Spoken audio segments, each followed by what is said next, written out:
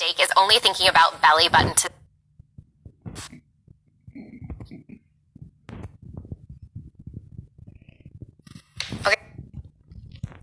I'm having my post-workout drink, and after I shared it on Saturday, I had some more questions about it and about just fueling yourself in general. So first, I thought I would show you the label on ProMix. I've been using them for a few months. I really like it. Super happy with it.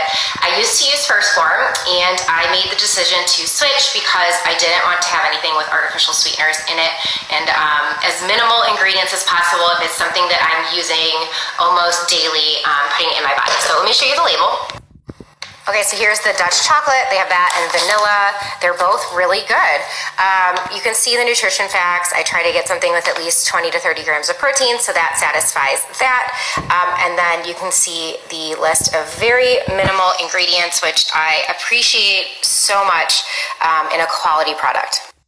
As to fueling yourself properly while staying in my lane as a physical therapist and not somebody, trained in specific nutrition, dietitian, all that kind of stuff.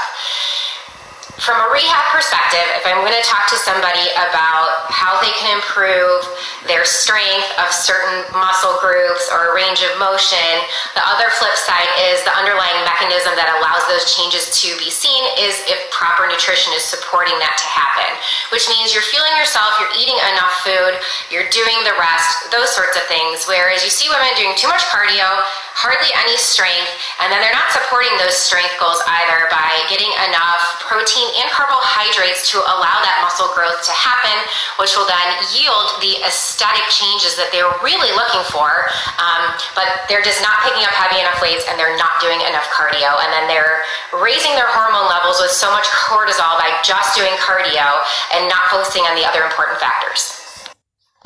We also know that high cortisol or stress-driven nervous system responses, constantly living in those, are not good for you.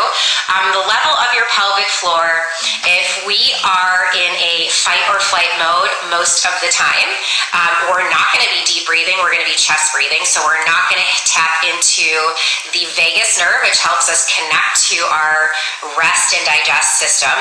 And it also doesn't allow us to get these deep breaths, which will then thereby allow that pelvic floor to go through its natural descent and retraction back up.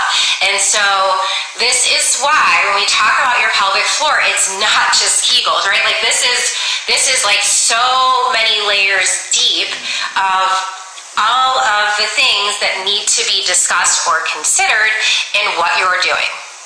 On a completely unrelated note, this is that Amazon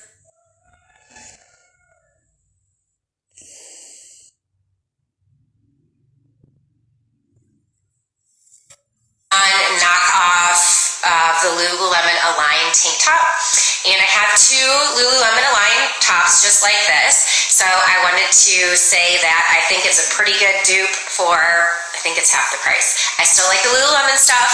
It's my favorite, it's my go-to, it lasts forever, so I cannot testify to how this will wear. I've probably worn it like 5-10 times, versus most of my Lululemon stuff I've had for years, and I wear it like multiple times a week, as you can clearly see in my life. I live in that stuff. So anyways, if you were curious, I'll put the link there. I think it's a pretty good substitute for it if you're looking for like a long line bra. A common core mistake is only thinking about belly button to spine. Check out this. The key to training your lower core is these 3 tips. This is best done lying on your back first. Find your bony hip points and move your fingertips inward over. If you are struggling with stopping at gripping, the key. A common core mistake is only thinking about belly button to spine. Check out this demonstration with the balloon, where if we only activate the muscles around the level of the